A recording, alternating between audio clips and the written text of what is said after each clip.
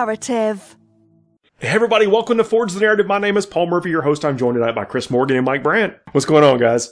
Well, I think we know one of us is just out of a coma, and is probably wondering what day it is. Well, I mean, in that coma, I had dreams of a golden winged angel. Did you procure a golden winged angel for yourself? I most certainly did, and it is now painted, surrounded by his bodyguards on my photo mat. Oh. Magical. We are the Bella Lost Souls podcast. I can't wait to get my hands on one of those myself and start painting it. I am mired. Mired's a bad word. Mired, I think, has some negative connotation. I am consumed with painting for Adepticon. Adepticon actually just changed their rules for the team tournament to allow you to include a knight, either be Imperial or Chaos, in a detachment. And for their team tournament, the detachments aren't the same as in the book. They have their own detachment rules that you're able to seamlessly pair with your other teammates, your 4-man team, 2 people per table, and create legal lists on each table. And with their rules that they had up in their primer, it was impossible to include a knight because you couldn't bind it with the Imperium faction keyword. And now you can, because they've allowed it. They've put out this thing, but you can't make it a character and you can't give it a relic. So what are we doing? Painting a knight. That's what I'm doing. Yeah, it's kind of imagine. It's like, it's a Castellan, right? Yeah, yeah. But see, with those things in place, this is the struggle that I'm having. We're taking guard as at least 2 of our teams, and hadn't made any secret of that. But I have a Shadow Sword in there because I think the Shadow Sword pairs really well against the captains. Always play each other, so there's going to be a Lord of and the captains are the only ones that can take a Lord of War. So the Shadow Sword pairs really well against anybody who might bring a Lord of War choice. And it was... Now let's all appreciate real fast the fact that it's 8th edition and a Lord of War doesn't mean, Gazgul. I kind of wish a Lord of War did mean Gazgul. I miss him. Seth, yeah, Gabriel Seth. Of all things. The interesting thing about the Shadow Sword observation is quite on point, especially because of the very limited nature of command points in the event. So even if someone does have sort of a Castellan light, we might say, because it won't be a Call's Wrath character, the fact that it's not going to be able to endure all that much time without running out of the CP it needs to function at a high level.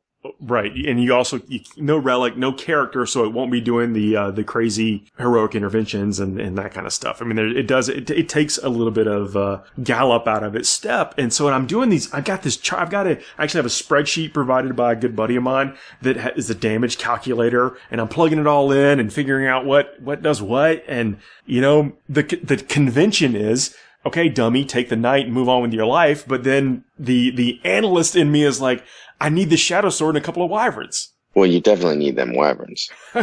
Yeah, I think that's a pretty safe bet. Well, you can't take the Emperor's Wrath on a command detachment. So this is in my specific detachment. So you're not the captain. I am the captain. Team. Yeah, I'm captain. Okay. So and you're going to have a Shadow Sword and just some guardsmen. Is that your detachment? That's it. No, I mean, I got tanks in there. I got a couple wyverns. Got I think a Talrox in there maybe. Oh wow! You're gonna actually run one of those guys?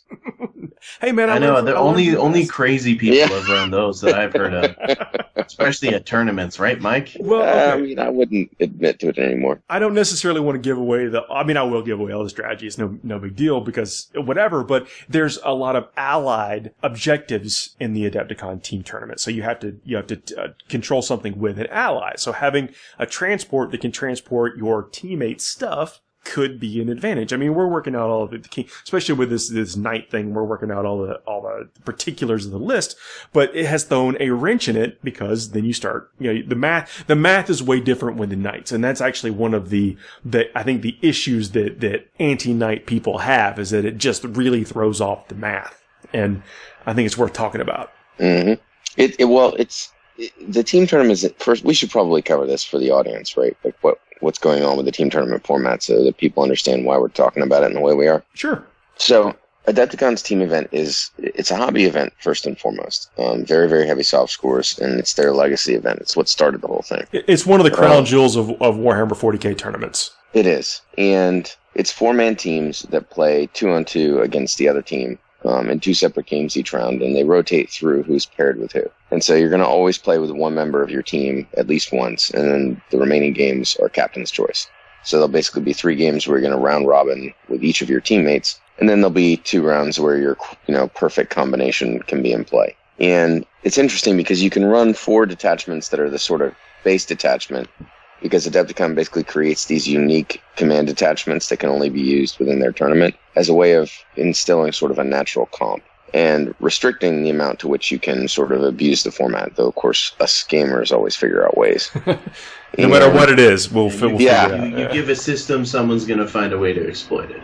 That's pretty much how it works. The long and short is the core detachment most people will take only gives you +5 command points, and you don't get any Battle Forged bonuses. So if everyone takes the standard detachment, then in each of your games you'll have 2 of them, 1 for each player, and the most command points you'll have is 10. That's max. The first thing. That's max, absolutely. I mean, there's ways, I guess, to modify it with getting some command point rebates from war gear and that kind of stuff at relics, but sure. You're beginning the game with 10 max. Yes, at most, and that's if you don't spend anything on any pregame stuff. And then you can repeat that detachment as much as you want, and it's very basic. It's 1 to 3 troops, 1 to 2 HQ, and then up to 1 fast, heavy, and elite. I think that's one of each. Yeah, that's it. And so you could do that 4 times, or you can take up to 1 of the special detachments, which are basically just ways to get up to 3 elites, fast, or heavies, or to take a command detachment that has like a Lord of War option basically baked into it alongside some other things. And Adepticon has recently ruled that you can take a knight in that command detachment with a Lord of War without it breaking,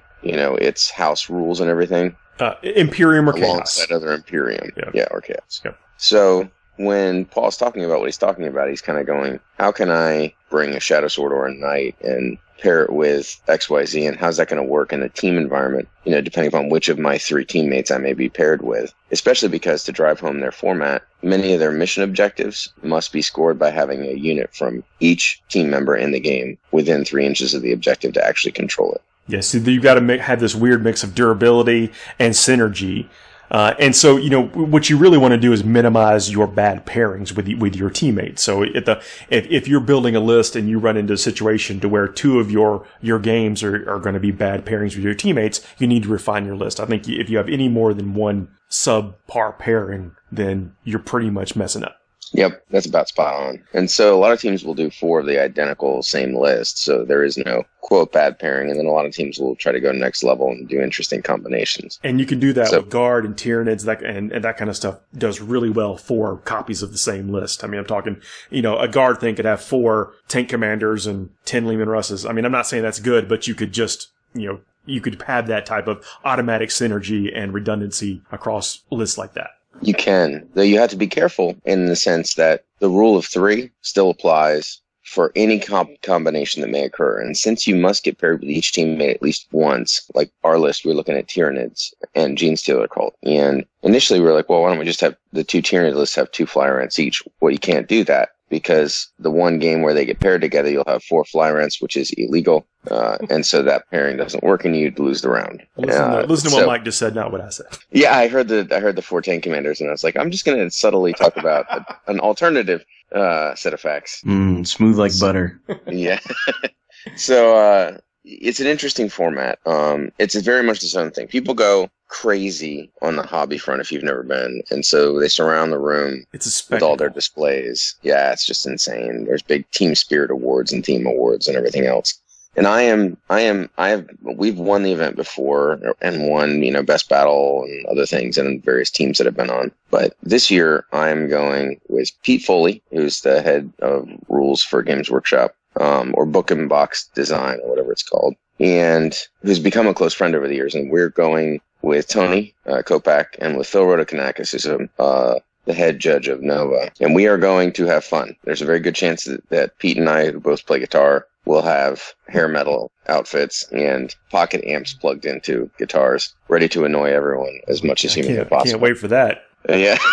And we're playing Genestealer 2. We're playing a good army, but Pete and Phil especially are more casual players, and Pete is an extremely casual player, and Tony and I are capable of going into secret sauce casual mode when we're surrounded by like-minded. So It will be an So you have an off switch, is what you're saying. I have an off switch, and I'm trying to turn that switch off and the music fun switch up to 11 this year. So we'll see what happens. You know, speaking honestly, and this isn't meant to be like a criticism of the Adepticon team tournament, because it's still one of my favorite memories of Adepticon, Paul, is that one year that we all teamed up together. But the format of the missions, the way you build your list, how complicated it is, how hard it is to really get it to work, because 40k is already a lot of work to understand. When you're thinking about your faction, everybody else's faction, you bring in very specifically complicated missions and a unique list format, and it kind of feels like the way that you're going about it, Mike, is just the low stress way to enjoy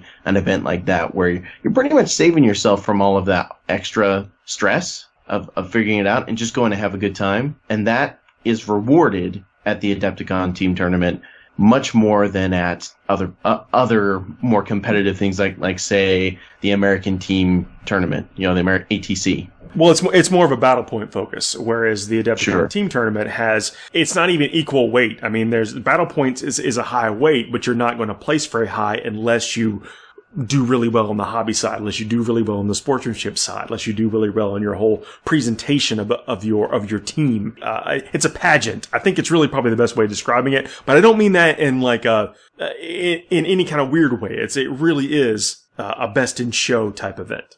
Yeah, I mean, you guys nailed it. It is. 10 years ago, the Adepticon team tournament would have been considered highly competitive, because 10 years ago, the only major events were all battle points with heavy soft scores, lots of sportsmanship voting. And, you'd go into the event and you could control to a degree how well you did from a battle point perspective, but it was very hard to control anything else. And so for competitive player types, it could be extremely frustrating, because you could go into an event and max your battle score and finish 7th, and you'd be really confused as to how that happened. But now that those events are sort of the dinosaurs that they maybe should have been in the terms of standard, and we have Nova and LVO and ITC, and it's very common to see a competitive style event where the best gamer tends to win. It's actually kind of nice to go to the team tournament with the right attitude, especially because, maybe as an unfortunate side effect of the competitive edge, there can be a case where you'll play teams that are, quote, trying too hard. Like I saw a team today that will remain nameless that was trying to borrow 180 orc models from various friends so they could go bring a list they thought would be badass. And this is kind of missing the point of Adepticon's team tournament. It's a little bit of bad planning on their part. Yeah, maybe get ahead of the game a little more. But I mean, I guess the Orc Codex came out recently-ish. But, going to an event like this and focusing on just having a great time, being great sports, and playing well but not particularly obsessing over it can actually result in you finishing not too far off where you would finish if you went, sort of proverbially, peanuts deep in the competitive side. There have been years where we've gone and, one of the teams loses like one of the games, and our soft score is okay, but we clearly were there to win with lists that our opponents were like, oh my gosh, that's so brutal. And we finish, like 10th or 12th or 15th with one loss. And I've seen teams go and, go 4-2 and have phenomenal theme and paint and finish 10th or 15th. So it's kind of one of those events where you want to go with the right attitude, and I think maybe you'll be rewarded for it. I mean, the energy of the room, the other teams, the people that you'll be playing. I mean, you really will be rewarded. What you get what you give in this tournament. And I think it's really nice. I mean, there'll be people there that are simply focused on having a great time and making sure that you have a great time. And you don't get that in every event. I mean, to the degree that you get it here. Agreed. Yeah, and I like the variety. We were talking about types of tournaments. I like the variety. I like that some of these banner events offer some variety to the gamer. That may bring out different crowds to tournaments, and that's really what it's all about, mixing it up at these things. It should be a great time. Yeah. I'm looking forward to not playing your Shadow Sword, because I probably won't be. I think Tony's the team captain. Yeah, so. Is he bringing in? See, I'm torn. I really do want to take the Shadow Sword, but the night, it's like convention tells me I should. Yeah, it's a tricky thing, isn't it? We're not bringing a super heavy. We're bringing Patriarchs and Flyrants and F tons of acolytes and Molochs and all that kind of stuff. Aberrants galore. It'll be lots of models on the board, and it should all be really nicely painted and all that kind of stuff. Can't argue with that. You could try. Well, I think you're coming at it. You're actually challenge. You're embracing the event, which is good. But I mean, I know you're still going to try to play the games and give a good game to your opponents. Oh yeah, if we play, I'm going to take you guys down. You say that. I have a really stout win record in the Adepticon team tournament. I hate to admit this. I have never lost an Adepticon team game. Yeah. Well, hate to break it to you, but.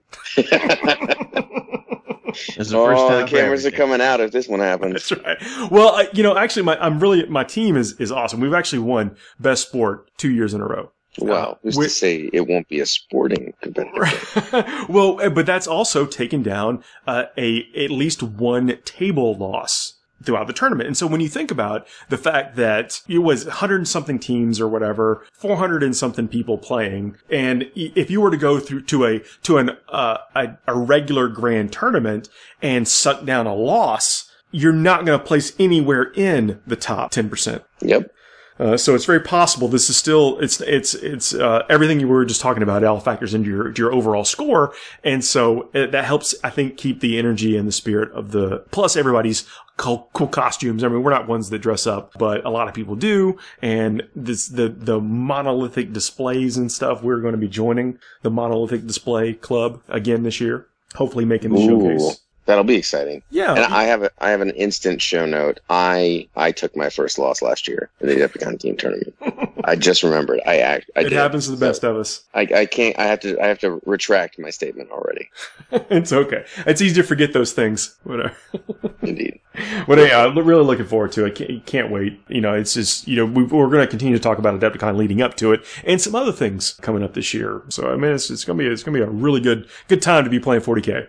It is an amazing time. I think that it's easy with everything that's going on and how busy we all get to kind of miss how crazy it is. And I almost feel bad for those players who joined, recently the game and don't know how close it came to folding, during the 7th and 6th edition lulls. So it's pretty exciting times. It's awesome, man. Speaking of something cool, our Kill Team Arena game that we put up on YouTube. That was fun and phenomenally close, an 11-10 finish. Yeah, I mean, that was we were my first time through Arena. I mean, of course, play Kill Team and the rules are very similar, but that's the first time with the missions. I thought the missions were incredibly well done, Mike. I don't mind saying that. Oh, thank you. And I had fun time. I felt like even though I was just kind of plugging away at it, that I could still have a focus because of the missions and be able to compete, during that the course of that tutorial. Yeah, it was a good time. And one of those bloody games. It's funny. There were a lot of great examples from that game about why I'm going to say playtesting is important in the sense that the Kill Team Arena games are only really any Kill Team competitive game is only a 4-round game. And when that was first proposed to us and we started running through the ringer on it, it was kind of like, that doesn't sound like enough time for a game that's fast. For certain teams, that's maybe 20 models moving in total, and that's it. And our game showed it, but I think at the end of the game, we each had 2 or 3 guys left alive, all of them shaken and basically unwilling to play anymore, hiding in corners. Well, it came down to, I think using a stratagem that kept one guy on an objective or something, or using one bank command. But it was a tense game. It was actually kind of down to the wire. It was nice. It was, and it seemed perfect. Like, one more turn would have literally been our guys, not doing anything. It was cool. I enjoyed the game quite a lot. Plus, we had a bunch of whiskey gingers and enjoyed the company of random passersby at LVO, which was a pretty phenomenally fun convention. Yeah, that's a fun thing. But I can see this. Well, what I liked, and I talked about this briefly on another show, but what I did like was, I've heard a criticism was that it's a little too board gamey, but I actually liked the board game aspect of it, and then the nature of the game be able to be played without necessarily the need to have 3 and 4 levels of terrain or something like that. So I think it's something that if an organizer is looking to add something to their event that has a low impact to what maybe their budget is, that they could do things like this. And have a Friday night or a Saturday or a Sunday, washout event or something. That's a really good point. And also, I've been So I stay in touch, especially in the DC area, with a pretty large community of narrative, casual, and competitive players. And I was certain, and voiced as much during testing, I was actually quite critical or negative about the boards. I was very certain that most players would be frustrated that they weren't these big, robust terrain boards, like they're used to in Kill Team or in Games Workshop games. And I was kind of frustrated by them. Like, while we were doing playtesting, I would, they gave us PDFs to print out the boards and kind of assemble them by putting pieces of paper together. So that probably didn't help. But I literally took a bunch of, small, modular terrain that we have and recreated the walls and everything else so that we could play with a third dimension aesthetically.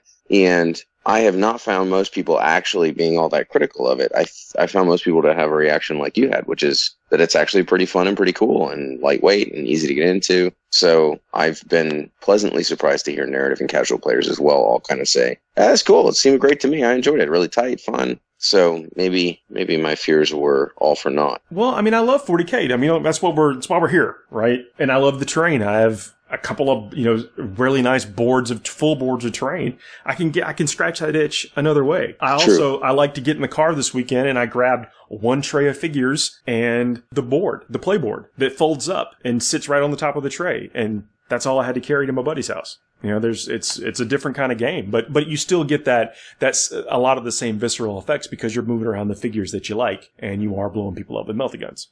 Yeah. Oh God, that was very painful. Or not, or rolling ones every time you had to win. or rolling consistent ones and twos for 3 turns of the 4-turn game. It was unbelievable how you did that. The proof in the pudding, by the way, is the fact that I traveled to LVO without checking any baggage and walked over to the convention to meet you for those games with just my laptop bag. And I had the boards, the terrain, all of my models, and all of our gaming aids all in my laptop bag. And it wasn't like stuffed to the brim. It just kind of popped out and went to work. So that was pretty fun. I mean, I was still desperate to play 40K, being around all that 40K. But I was still able to. You and me both, man. The FOMO was hefty for I think many of us. That always happens when you're that close. Yeah.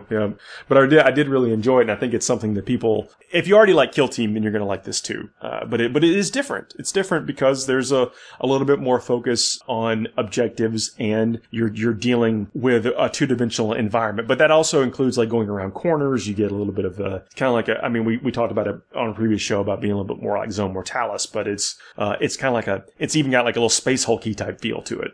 Yeah, it reminds me of like when Special Forces are doing their, breaching training in a lot of ways. And it also, so it's more balanced than I expected those boards to be as well. In that I've seen having, firepower be very important despite the tight corners, and lots of difficult decisions to make as far as whether or not you want to, get stuck in combat, but then potentially get locked into a certain part of the board as your opponent feeds individual chargers in to keep your combat units pinned for entire turns. Well, or whether you want to shoot. When we did the 4-person game, which was awesome also. That ratcheted the strategy up when we were talking about, we're going to go pin here, we're going to do this, we're going to do this combo. I mean, it was pretty intense with the way that we were able to, the game supported the intensity that we wanted to bring. It didn't have to be that way, but we were both playing against, we were playing competitively against, not you and I, we were on the same team. We were playing competitively against our opponents, and the strategy was kind of intense. I felt it. Yeah, and we won, by the way, just so everyone knows. No, the narrative we forged was Mike, you're success. Such a filthy casual. I'm very casual. What can I say? It was a cool game. We also, just to drive on the point of that, we didn't have enough models, so a couple of buddies of mine were in Vegas and also took off the GT, but they hadn't brought any models to play with, so we went around to, I don't know if it was FLG's shop, but they had just a bunch of used models and bags, and for like $20 we bought like 20 painted Marines. And like just some towel or something, wasn't it? I think. Yeah, well, Chris bought some towel. I felt bad because I forgot that he'd bought the towel, and I just left all that stuff in Vegas. So he was like, "Hey, do you have that towel?" I was like, "No." But it got one game of Kill Team in before it was done. That was a good game. No, it was fun. It was neat to see that the game supported that complexity, but also it was the kind of the complexity that we wanted it to be. I mean, we put it into it with a little bit of a competitive minded play. So it was really nice to support it. I was pleased to see that the Battle Brothers format actually felt like the one-on-one format. It didn't. Oftentimes, the team version of Games Workshop's products feels like kind of like it's not going to work unless you're very casual with it. Like if you try to get too serious, you're going to quickly break it. This one felt not at all like that. It felt like it was just a larger scale version of the one-on-one game with two people, going up against two instead of one-on-one. It was pretty surprising, honestly. Yeah, I liked it. Let's take a quick break, then we'll come back and we'll talk about a charity event coming up and some more awesome things that we're all going to be doing at various times of the year. Right on. FTN is brought to you by Discount Games Inc. Please visit them at www.discountgamesinc.com. And don't forget to ask Jay about ways to save even more on your hobby projects. Hey everybody, we are back. I still got Chris and Mike. Dun dun dun. I would just like everyone to know that Paul totally lost our one-on-one Kill Team game, that I was totally not training him and him playing it for the first time ever. I got trolled. Surprise rules? No, there were no surprise rules. It was consistently missing with a multi-gun kept me so far out of that game during the first couple of turns. Yeah, would have gotten tabled probably very quickly had you not rolled a 1 on 3 or 4 straight multi-gun hits. But anyway. But let's talk about, we just talked about that for a second ago, but like going around corners and there's a lot of strategy in the game, but more about that. I would like to talk more about this as the game evolves and as more people start to run some events for it, because I do think this is going to be a great Friday evening thing before for your Saturday and Sunday tournament starts, or if you start on Friday and it's a win-loss type thing and people drop on whatever, you got something to do on Sunday. I think it's a perfect thing for that. I really do. But Chris, you have a charity tournament coming up that I'd like to hear something about. Yeah, so you guys may or may not remember the first round of War Games for Warriors was in 2017. It's been about a year and a half, and it was a wild success. I did like a live Q&A paint thing on the Facebook page and all that, talking about it. But we raised thousands of dollars for both for the Children's Miracle Network and for the Fisher House Foundation. And Children's Miracle Network, of course, that's for kids in hospitals. The Fisher House Foundation helps hospitals in a different way, where if it's a member of the military who is injured or they have family who is sick, Fisher House Foundation finds a place for their family to stay by the hospital they're getting treated at, so that they can be close and not have to worry about where are we going to sleep, are we going to have to pay for a hotel, what are we going to do for food. So 2 very, very worthy causes, and we're bringing the event back. And next month, so the entire month of March is turned into War Games for Warriors month around here in Utah. It's been pretty awesome because you don't have to live here to support the event. We have raffles and things that are going on. But let me just kind of break down some of the cool things that are going on. So March 2nd and 3rd, we are having a GT-sized competitive event at Gajo Games in Sandy, Utah. And we have some people coming in from out of state to come and participate in that. We're raffling off a lot of different prizes. We have an entire Age of Sigmar Oryx army that's going up for raffle that somebody donated. So that's pretty awesome. We also have various GW box set games that are going to be handed out. And it's not a you pay money in and then the money goes to prize support. 100% of the money that is being donated for these raffles and for the entry fee is basically a receipt to the charity. If you want to participate in the event, you send money to the charity, you show that you sent the money, and that's your ticket in.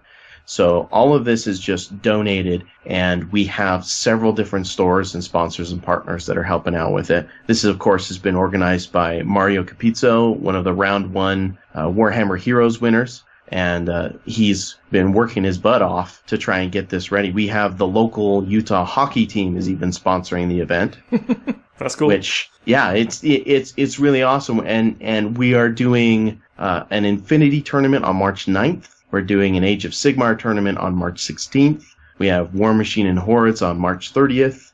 There's also some open gaming that's going to be going on for whatever you feel like playing. We have events with people we've partnered with down in Florida that's going on as well. So it's really gotten a lot bigger. And we're trying to include as many game systems as possible because the end goal is raise as much money as possible for these charities. We want to outdo what we were able to do with our first year. And I say we, I mean Mario is the one who's done 90% of the legwork on this. I'm just happy to be able to talk about it and to let people know that hey, you can do this. We're having a stream set up so that on Extra Life, which we did at the last one. So if you wanted to watch games, I was on the stream for Extra Life the last time. But if you want to donate money by watching on Extra Life, that money goes to Children's Miracle Network. So there's a bunch of different ways that everybody can participate. And I'd really love to see the community come together, even if you can't be here, to support a great cause run by a great guy for great people. And if you have any questions on it, just send a message to the FTM Facebook page, or you can message me if you're friends with me on Facebook if you want to learn how you can support. Again, so we have the GT on March 2nd and 3rd. We have Infinity on March 9th. We have Age of Sigmar on March 16th. And then Open Gaming and War Machine Hordes on March 30th. So I'm really excited that March is just going to be a big charity month for us. It's kind of like Charity March Madness with Man, that hockey. Sounds cool, dude. Sounds cool.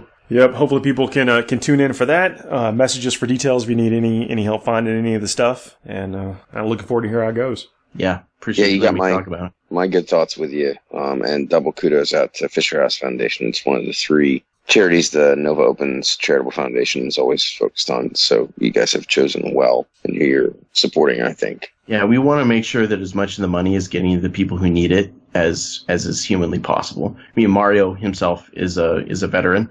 So we looked at a bunch of different veteran support things. Of course, War Games for Warriors, the whole concept is we want to show appreciation and thanks. And Fisher House was the best one we could find. And we're really happy to be able to support them. You guys are crushing it. Sooner or later, we owe folks a Gene Stealer Cult review. It's not going to be tonight, though, unfortunately. Oh. Well, I mean, there's a lot to cover, right?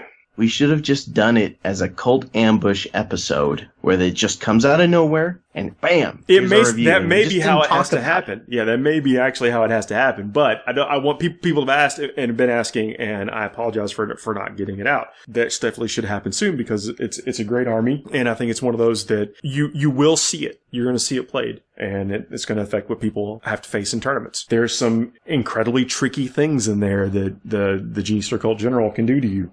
I think so. One of the reasons I didn't play in the GT at LVO is that I very much have been, I don't know, call it emotionally ramping up for some of the armies that are forthcoming, and Gene Stealer Cult's at the top of that list. So I am very strongly considering or excited about, or whatever you want to call it, running a GSE army, both just because that's how I started the hobby back when I was a kid, and also the majority of my play in 4th, 5th, 6th, and 7th editions was with Tyranid, actually not Guard. And so I'm super excited about it. So I'm semi-sad that we're not turning this show into one giant blip, ambushing halfway through the first turn. But, when that time comes, I would love to be on to talk about it. No, we definitely should, because the perspective of someone who's actually going to play it, I think, helps with that kind of stuff. The blips, which the codex comes with the blips. The codex actually comes shrink wrapped with blips and a range ruler to measure your distance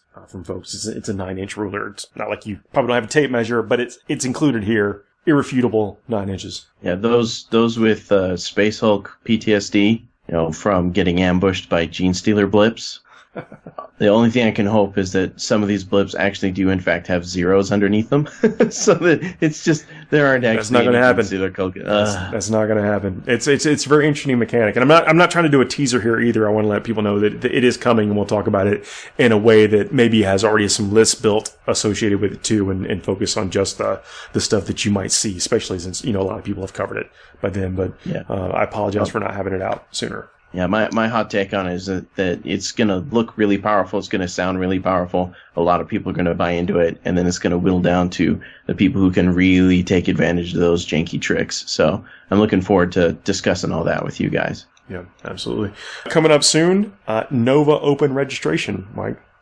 Yeah, we're right around the corner, and I'm pretty excited. This is our 10th anniversary, and I cannot believe it's been a decade of my life. But the Registration opens on March 1st at 8 p.m. Eastern. The web cart is already open at novaopenstore.com, although that's also linked from the main website. The schedule's up. There's all kinds of stuff available. There's like 100 seminars or more than that. There's a whole, like several events that are happening the weekend before Nova that are like multi-day intensive painting seminars with artists like Roman Lapat from over in Germany. So that's pretty amazing. CK Studios are doing a whole studio-wide project for the Charitable Foundation that I don't think I can steal their thunder as far as announcing it, but that should be pretty crazy amazing this year in terms of charity army raffles and things like that. We'll have live music and entertainment and everything back in the lounge. We'll have a crazy GW preview event. I think this year, I think it's up in the cart too, we're going to do, for the first time, a Mournival Games Workshop combo playtesting and game design panel. So we'll talk about, game design and the testing process, and also field questions from the room at large about how it works, why it works, what's gone wrong. I'm sure people can zing us about some of the armies and units that have gotten through over the years now.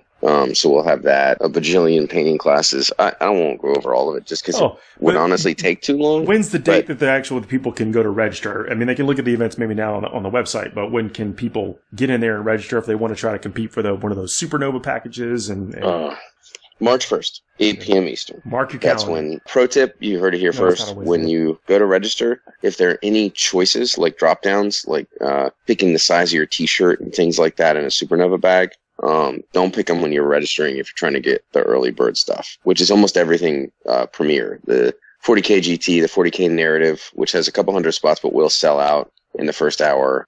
First 400 people get a swag bag. First 400 people to register get a swag bag. The Supernovas, the Dwarf Novas, which are like mini Supernovas, all those things will sell in the first seconds to hour. So go in and know what you want, and then when you're in the cart, just immediately check out with the hot ticket stuff. Don't waste time looking for, the Sunday afternoon event on your first go. Because there's nothing we can really do about it. It's the 10th anniversary. We've been selling out for a couple years now, and so everybody's really excited. So be ready and quickly get through that cart.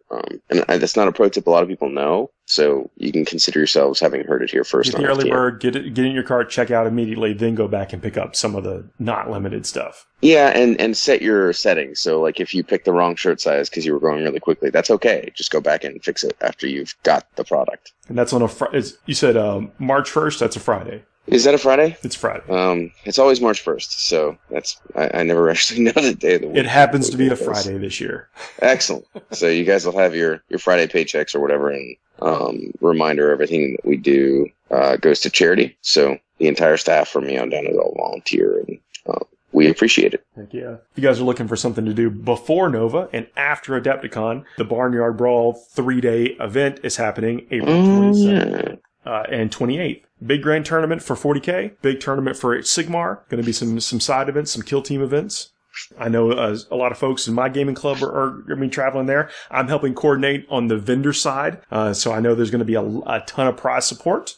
And there's going to be some on-site vendors. The people from Firmer Terror might be there. They're sponsors of our show currently. They make the Alpha game table. So if you might be able to see one there and kick the tires on it if you're still on the fence. Heard nothing but good things about these tables, and I even had the opportunity of playing on one. It's good stuff. I mean, it's got a 6-leg design, whatever. I only mention it because they are sponsors of the show, and they're actually in the Southeast. They may be at the Barnyard coming up 27th and 28th. Firmer Terror is an awesome company. They vend at Nova as well, and I should tell you, those tires are pretty cool. When you kick them, it'll turn out that they're actually metal and look more like legs than tires. But don't worry about it; they're awesome tires. It's a figure of speech.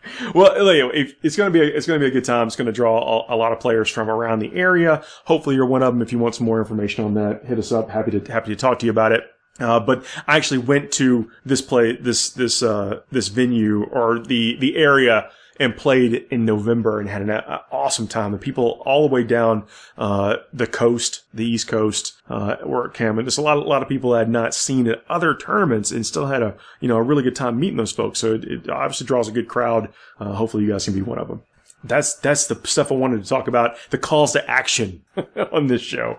Nice. Yeah. It's nice to be in a 40k environment with so many cool things going on. we said it earlier, and that's not just lip service. This is an absolute amazing time to be playing 40k. Lots of variety. I think it's only going to get better too. The one of the things I was in LVO for was a lot of touching base with the GW folks, and I don't think that they're done. Is my feel is that, especially like on the community engagement and just pop culture front and everything else, they've been getting involved in so much more than they used to. But I don't think they're anywhere close to where they want to go. They seem to have some pretty cool visionaries that are leading things now compared to in the past. So I think we're going to see only more and more of an explosion in how things are going, which is kind of, I don't know how to anticipate it, but it's ride that momentum. Pretty cool. I mean, that's they're in. Okay, let's talk about something for a second, and this is going to be close to a lot of people's hearts. Sisters of Battle Codex. This is one of those things. Well, because we've got a recent update, a Cerritos update, where we saw some art, and I'm like, okay, cool art. Yeah, we know you can draw. Show us some miniatures, But it's a journey, right? And they're letting us come along this journey, which I think is cool. And we got the chapter approved test, basically the beta codex, something that is unprecedented released. I also want to talk about some upcoming stuff here in a second, but this is all theory craft. But anyway, beta codex for the sisters. This is the time to submit feedback. I mean, they're accepting feedback, taking feedback in all areas, and now an unprecedented request for feedback for a codex. Yeah, and the feedback, I think, is being leveraged, which is also pretty cool. It's not lip service from Games Workshop, so it's kind of exciting. Yeah, so we're talking about riding that momentum, but part of that momentum is triggered by an engagement with the fans, us, people that enjoy this game. And I think that if you find that if you submit the feedback through any of their channels, which is Facebook, emails, and Instagram, I think is one of the, even some way to communicate that, not saying that your idea is going to be golden and going to be written into law the next day or whatever, but it clearly goes into the system and helps produce stuff that we like to see. It's just my opinion. It's a good opinion. Well, okay. So what I want to talk about is like weird, like mystery stuff or whatever. I don't know mystery, but in White Dwarf, we know we're going to see some stuff about assassins. Oh yes, the assassins. Well, I guess it's been leaked, so there's that. Well, the assassins coming up, it got me thinking, okay, cool. We're going to get rules in the White Dwarf. One, that's great. I mean, whatever. I love White Dwarf. I've been saying I love White Dwarf for years. Since the relaunch, I've really liked it. And the magazine has continued to evolve. And now, I think Pete Foley's taken guest editor spot, at least he was on the last issue, and promised, I don't know, promise is probably a very strong word. They indicated that we'll start to see rules appear in the White Dwarf. And then they went on to say that, don't worry, if you missed the White Dwarf, we're going to have a mechanism in place to get you these rules for you to have. So whatever. It's probably a little bit of incentive to get the magazine in the first couple of months, and then down the road they'll figure out a way to mass distribute it or whatever. I have faith. Well, I think it's a reflection too that, as the studio is developing, my understanding, and I don't know this, but my understanding is that they've done a really good job of bringing some of these disparate pieces together under the same leadership. So I think, the Warhammer community team and White Dwarf, I don't know this, but I think they were originally not together, and so in a sense they were almost accidentally at odds, and I think that's all been remediated. So you're starting to see, the different heads of these organizations within the company, having great working relationships, and being selected for really, really good reasons. And then leading teams that are increasingly cohesive in terms of what they're presenting to the community, playtesting, communication, feedback, White Dwarf, and everything else. And so I think you're going to see more and more of that kind of, all of a sudden there's Pete Foley in a community article or in a White Dwarf article, and then there's rules that are going into the community side and vice versa, which I think is kind of exciting because it kind of starts to create a whole ecosystem of, community engagement and different ways of, experiencing and consuming the game. Well, when you start to think that the assassins are a few pages in an index, and now we're seeing a little bit of a rewrite in a White Dwarf, possibilities are endless. And assassins are pretty amazing. I'm not gonna lie. Well, I don't know if the rules have been up on the community page yet, so I don't want to talk about them. But I just want to talk about the concept of the fact that this is going to appear in the magazine. I can't wait to have a podcast talking about it. Well, I mean, assassins are neat. I've always loved the story, like the Eversor, how he basically just is kept in a box, and they open the box and point it in a direction. The least elegant assassin of all time. It's funny how how very 40k that is, and that everything is just insanely over the top was the original thought process. And you've got, the Vindicator is just an assassin, right? And so is the Calidus. The Calexis is a little bit crazier, but then the Eversor is just, what's this assassin do? We just point him at things. No mission whatsoever. I love it. I like the old models. I like the new models. I think the assassins have they capture a little bit about what is that kind of mortal element of 40k, but yet still very 40k. Now it's hard to describe. I think a lot of people like these models. Yeah, it's true. The new assassin models are fantastic. And, my favorite formation of 7th edition came out in a white dwarf. So I couldn't be more excited about that either.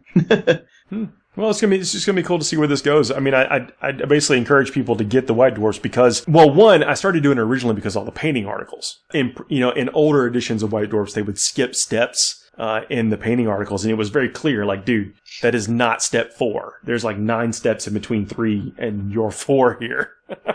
But now they don't do that anymore, and I think it's just another way to kind of consume and get your hobby. Add more skills to your hobby package because we don't get to the same result the same, or we don't get to good results in our own mind the same way.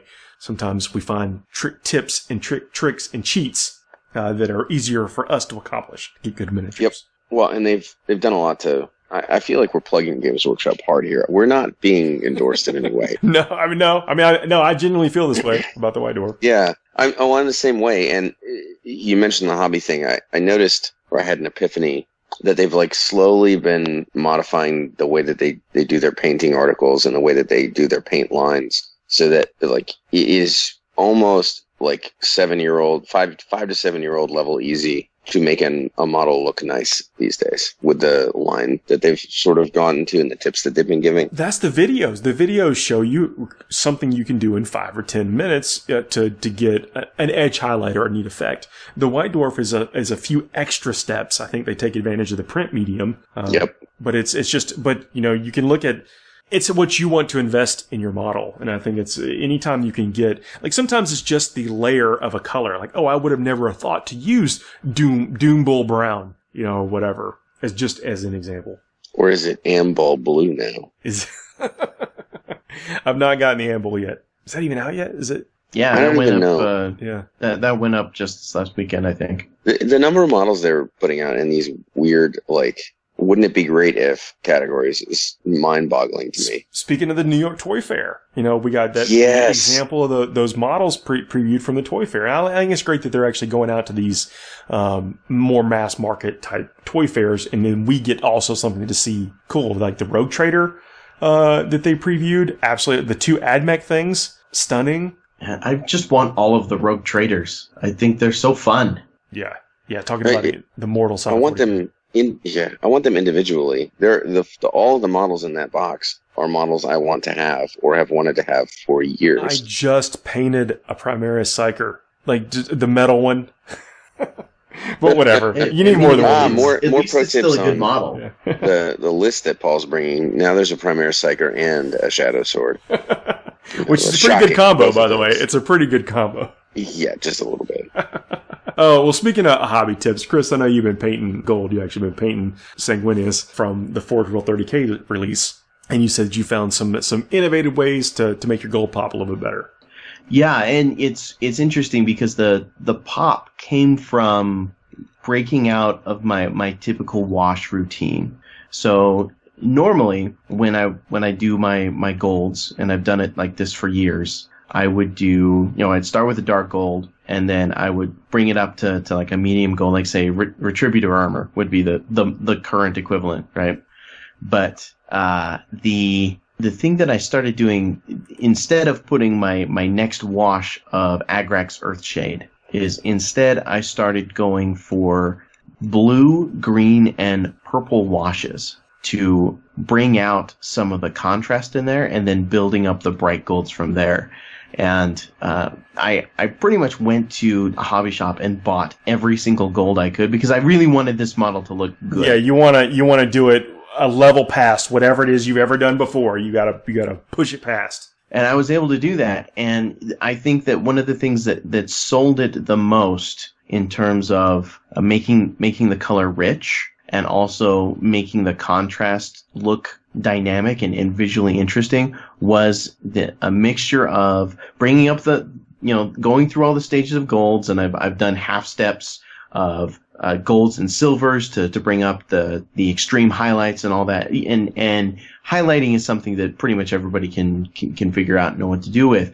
But one of the things that really brought this to the next level was using the glazes and the washes that I had never used before. I love like purples on golds and stuff. I mean, that's something that it gives a whole nother hue to certain areas, and lends a different focus to the model. And you think about the color wheel again too, because gold is kind of a yellow color, and the complement to yellow is purple. But you can also get away with using greens because green is a split complementary kind of color. It's if you're on the dark end of the green, right? So there's some really good combinations you can get from that. And then when I thought, man, maybe I just brought this up a little bit too bright, I went back in with a yellow glaze on certain sections. Oh, nice. And what that did is it enriched the color without taking too much of the shine away. And it also, by carefully applying it in certain areas, I was able to get the effect of having one side seem like it was reflecting the light a little bit more, but still keeping a rich tone on the other, darker side. I'm really happy with how it came out. Can't wait to see some finished pictures, man. Yeah, well, maybe I'll put some up on the Facebook page, and it's kind of funny because I have him next to the Sanguinary Guard that I did for my first LVO appearance years ago. And you can tell the difference between the gold techniques in the more advanced stuff that I really tried to pull off with this. He definitely is brighter and stands out, and not in this gaudy kind of way, but in a more full contrast, better artistic expression kind of way. We'll be the judge of that. I'm sure he is, though. I like what you're saying, where you're going with that. And Mike, you might have another hobby to talk about. I do. It's so close to the same kind of hobbying that I thought it would be appropriate because it's timely for me. This is a first for me because when I entered the 40k hobby in terms of the online or widespread community, my blog was called Whiskey and 40k, and the idea was that I would talk about whiskey and about 40k, and I never talked about whiskey at all. But today I'm going to break the seal, as it were. So there's a cocktail bar in DC. If you're ever in the city, you should go. It's called the Columbia Room, and a bunch of different publications over the last couple of years have called it, quote, the best cocktail bar in the world. And that is a haughty thing to say. So being something of a cynic, when I went into the place for the first time, I expected a good cocktail. Similar to how when I went to see Hamilton this past weekend, I expected a good show. But in the case of both, I was shocked to actually consider it afterward the very best I've ever experienced. And in the case of the Columbia Room, two main reasons are their martini, their gin martini, and their Manhattan. I hate that I have to say gin martini these days, but people like to put vodka in cocktails. And those two drinks, which are very straightforward, they don't do anything special to them, except they fat wash their bourbon and their gin and their rye before they make those cocktails. And I had to find out what that meant. It's a relatively new thing on the scene. It was introduced or at least popularized by the New York cocktail bar Please Don't Tell, PDT. And the way it works is, and this is my hobby tip because anybody can do this. If you enjoy a cocktail and you're at home, if you enjoy a glass of whiskey once in a while, you can do this at home and feel like a super cool, top flight bartender. As opposed to some of the more difficult infusions and other things that people are getting into, but that require more investment of energy and time. And basically, without getting too much into the science that I've been trying to learn myself about it, ethanol, so drinking alcohol, it is a polar and nonpolar solvent. So it can dissolve or mix easily with both oils and fats and also water-soluble things. And so if you take any kind of a fat, like bacon grease or wait, I'm listening. Butter or peanut butter or coconut oil, which is where I'll go with this. You can, if you melt that fat down, like bacon grease or butter or whatever, you don't have to boil it. You just melt it so it's liquid, and put it into a jar or container with, let's say, a bourbon or a gin, and give it a quick shake, and then just let it sit for an hour. Then put it in your freezer. you'll basically, it's only like an hour, 30 minutes to an hour you need to let it set after you put them in together. It'll infuse into the alcohol, but not too much. And once you put it in the freezer, when the fats freeze, they'll solidify mostly on the surface and separate again. And then it's just a matter of shaking them, it's basically scraping them off or breaking off the big frozen fat block, and then running the non-frozen liquor through like a coffee filter back into the jar. And it takes on two main characteristics that stand out. And again, this takes like 2 hours of your time to do in total. It takes on a silkiness. But you could be doing other things during this time, though. Yeah. So I used coconut oil, and coconut oil melts at like 76 degrees. So you literally just put it on the stovetop at simmer for 5 minutes, and you can look up ratios online. It's not that much. And the coconut oil becomes this clear liquid. You pour it in with the liquor in whatever container you want to, shake it. 30 minutes later, put it in the freezer. An hour later, take it out and remove the coconut oil, which will be re-solidified on top. And when you're done with that, you get this cool infusion that is still just, let's say, bourbon, but it gains just the faintest hint of, let's say, coconut or bacon or butter or whatever your flavor you want to give it is. But more importantly, in my book, it changes the mouthfeel from just basically like water to almost silky, but not greasy. And so the cocktails that you make with it go from, this is a great Manhattan, to it almost feels like the Manhattan is kissing you as you drink it. Which sounds ridiculous until you have one and you're like, I can never go back. So if you feel like it while you're painting next, or while you're listening to your next Force the Narrative, you should totally take some coconut oil you have around your house, or go get some for $5 from Amazon, or bacon, or bacon grease, and give this a shot. And if my basic explanation doesn't make sense, you can Google about it. It's becoming a craze. There's lots of information and how-tos, but it's so very hobby. It's so very the kind of thing that those of us who like to paint like to do, that anyone out there who enjoys a good cocktail should totally give it a try. Nice tip. Well, guys, that's our show for this week. I know it's a little bit of all over the place, but I mean, there's a lot of things that we really do care about that we talked about, and I'm happy to get We're just passionate hobbyists being passionate. That's it. Yeah, man. Well, guys, hope you'll have a good rest of y'all's week. We'll be back again. And yes, I don't want to say that we're going to have a surprise Gene Stealer Cult episode. That might just be next week's episode. I mean, I guess they're just going to have to wait for the surprise. It's coming. Next week's episode is a blip. It's just one red dot. Just right on the radar. Y'all have a good night, guys. All right. Cheers, man.